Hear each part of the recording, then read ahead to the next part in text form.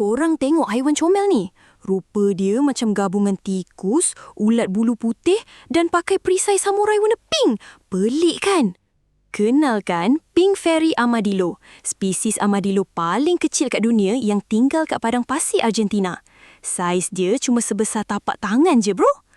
Kenapa perisai dia warna merah jambu? Ini bukan sebab nak nampak comel.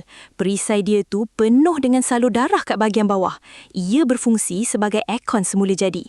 Bila cuaca padang pasir terlampau panas, darah akan pump ke perisai tu untuk lepaskan haba dan sejukkan badan dia. Haiwan ni juga digelar perenang pasir. Kuku depan dia sangat tajam dan besar. Bila dia rasa terancam je, dia boleh menggali pasir dengan sangat pantas sampai nampak macam dia tengah berenang masuk ke dalam tanah dalam masa beberapa saat je. Badan comel, perisai pink berdarah dan skill berenang dalam pasir. Mutan paling comel kat padang pasir. Jangan lupa like, komen dan share.